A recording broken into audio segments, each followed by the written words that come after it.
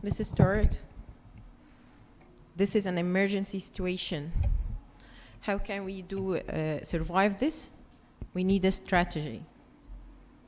Your strategy depends on knowing your chances, pre-prepared plan, a teamwork, a good equipment, a communication with the other specialties.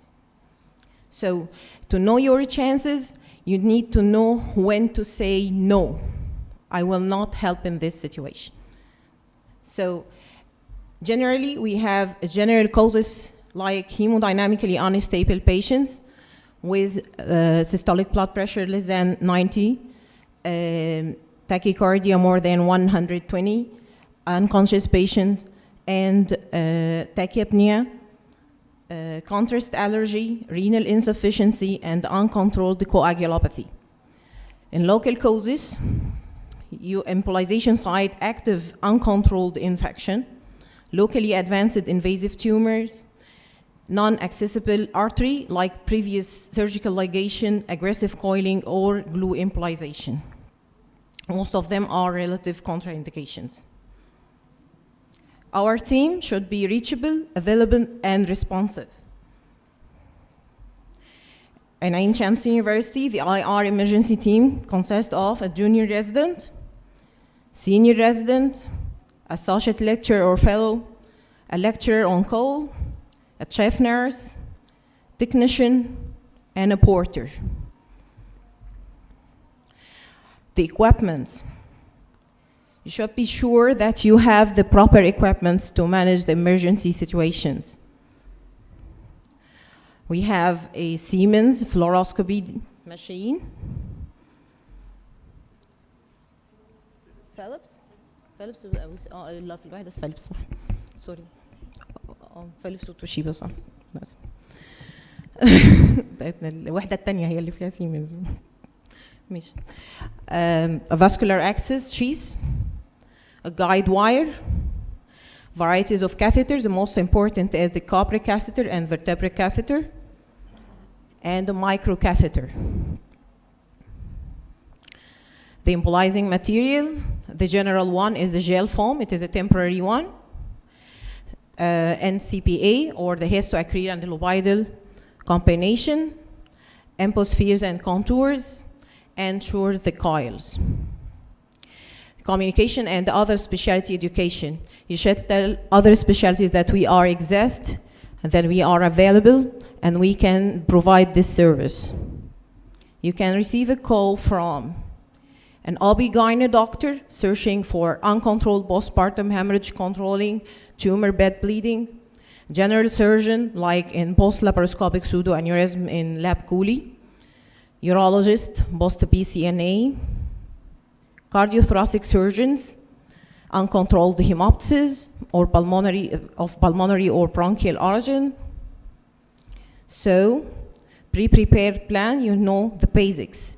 If you have a spurter, plug it. If you have a bed, stuff it. If you have an aneurysm, exclude it, whatever, if it is true or pseudo-aneurysm, just exclude it from the system. The basic embolization technique, you should know and master the Seldinger technique. You don't have time to do ultrasound-guided cannulation of the femoral artery. Master how to negotiate the vessel. Do it slowly, steadily, and know your target vessel. Select your embolizing material and do embolization. Okay, to make a long story short, real IR cases. We start with a Saturday call at 11 p.m. from a pediatrician.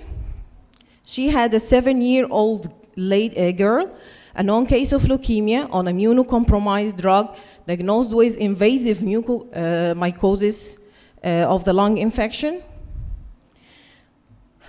Presented with 2 attacks of life-threatening hemoptysis associated with hemoglobin drop. She's not fit for surgery by the call of the surgeons, so they are seeking for embolization. We did embolization with histoacryl and a coil using a microcatheter. As you can see here, this is the aneurysm in the posterior inferior branch of the right main pulmonary artery, like this. Guided, angiography shows the aneurysm here. More selective, you can see this aneurysm.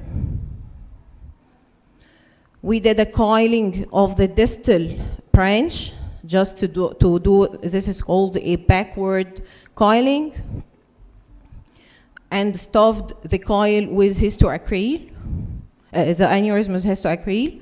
This is the post-embolization. We completely excluded the aneurysm. And this is the non-contrast with showing the histoacryl and the coil in the aneurysm and the distal pulmonary artery. And we received this message from the pediatrician. The hemoglobin rised from 5 to 11.8, and her heart rate decreased to 100, and they are thanking us. Another call from the chest department concerning a 19-year-old girl complaining of repetitive idiopathic hemoptysis, normal contrast and pulmonary angiography. Empirical bronchial embolization was the decision from both IR consultants and the chest. This was a Dr. Walid Hatta case.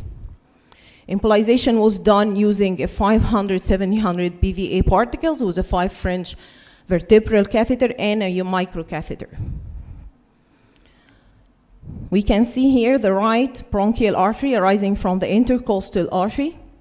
We have a abnormal flushing of the parenchyma.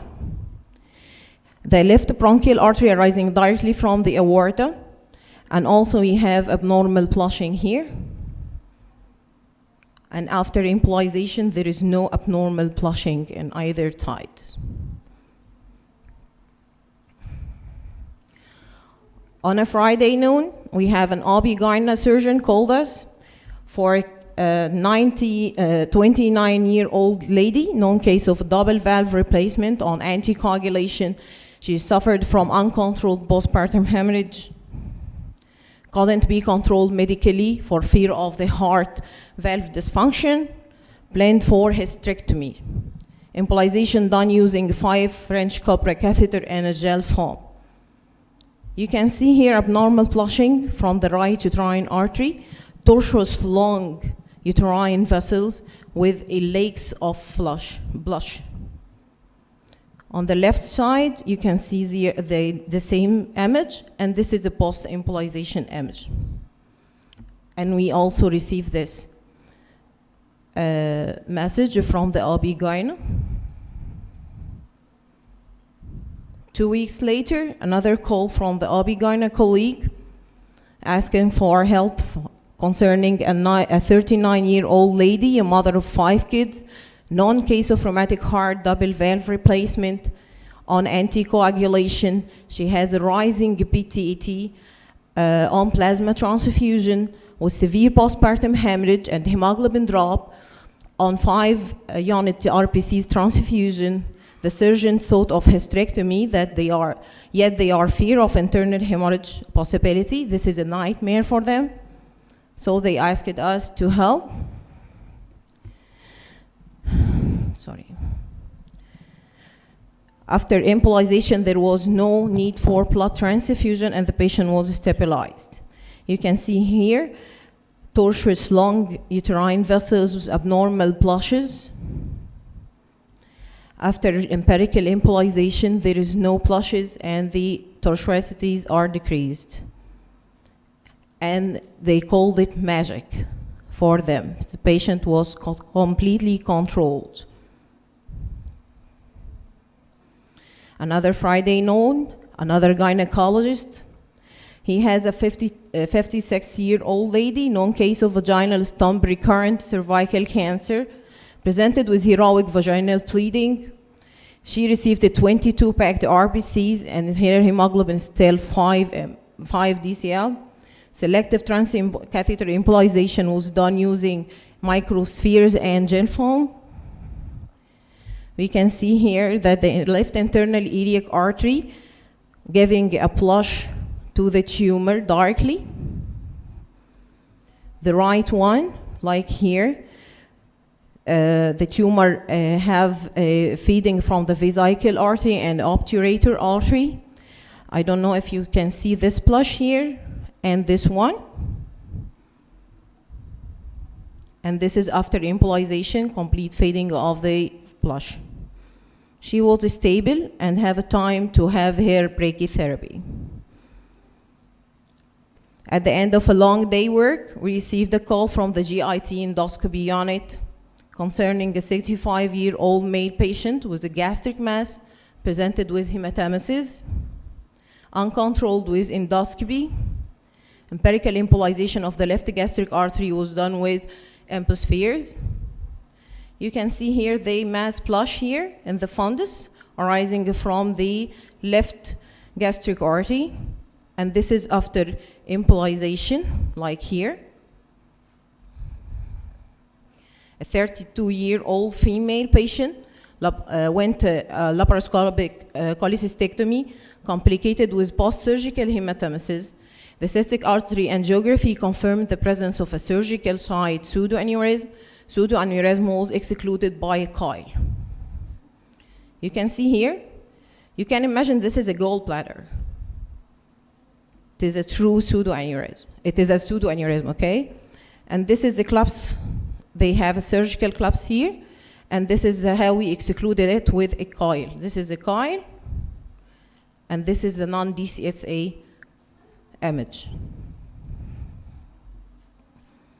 2 a.m. in the winter at Ain Shams University Specialized Hospital, general surgeon called for a 35-year-old female patient underwent laparoscopic cholecystectomy, complicated with shock and admitted to the ICU.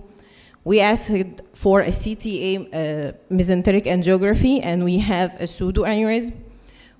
At this moment, there was a lack of embolizing material, yet surgeons insist for diagnostic angiography. I don't know why. DSA was done using a 5 French copper catheter. You can see here the aneurysm, and I did a technical mistake. I just ran a 5 copper French rapidly inside a relatively small artery, and I did a dissection. This is a mistake, don't do it. Yet it worked out, it excluded the aneurysm. The patient pressurized, she was fed for surgery, and she was opened and back home. Remember, always Allah has a different plan. Another case from a urologist, post-left PCA, percutaneous nephrolithotomy, complicated with uncontrolled hematuria and hemoglobin drop. Left renal artery shows an upper branch pseudoaneurysm. Embolization was done using NCPA lipidal complex. This is the aneurysm here, and this is the post-embolization with histoacryle. A general surgeon call, a 37-year-old decent lady, a mother of 3 boys, and a known case of recurrent locally malignant right breast phylloids tumor. She underwent many times local wide excision and intravenous chemotherapy, presented with exfoliated hemorrhagic anterior chest wall mass with hemoglobin drop. Local chemoembolization was tried using spheres. You can see here, this is a shoulder. This is a mass. This is a plush. You don't know which artery she takes from. The subclavian artery and its branches are all involved. This is post-embolization. We just decreased the plush, nothing more. If you don't like to look, don't look. This is how she came to us. This is after 1 week. Complete cessation of the bleeding and starting a necrosis of the tumor. Unfortunately, they don't have a post-embolization surgical plan, and this was palliative and she passed away 2 months later. So you don't save them all, just do your best. Thank you. More cases will be presented with Maha and Abdurrahman talk. بشكر الدكتورة أمنية على البرزنتيشنز بتاعتها، وبحب أقول يعني إن الوحدة عندنا بصراحة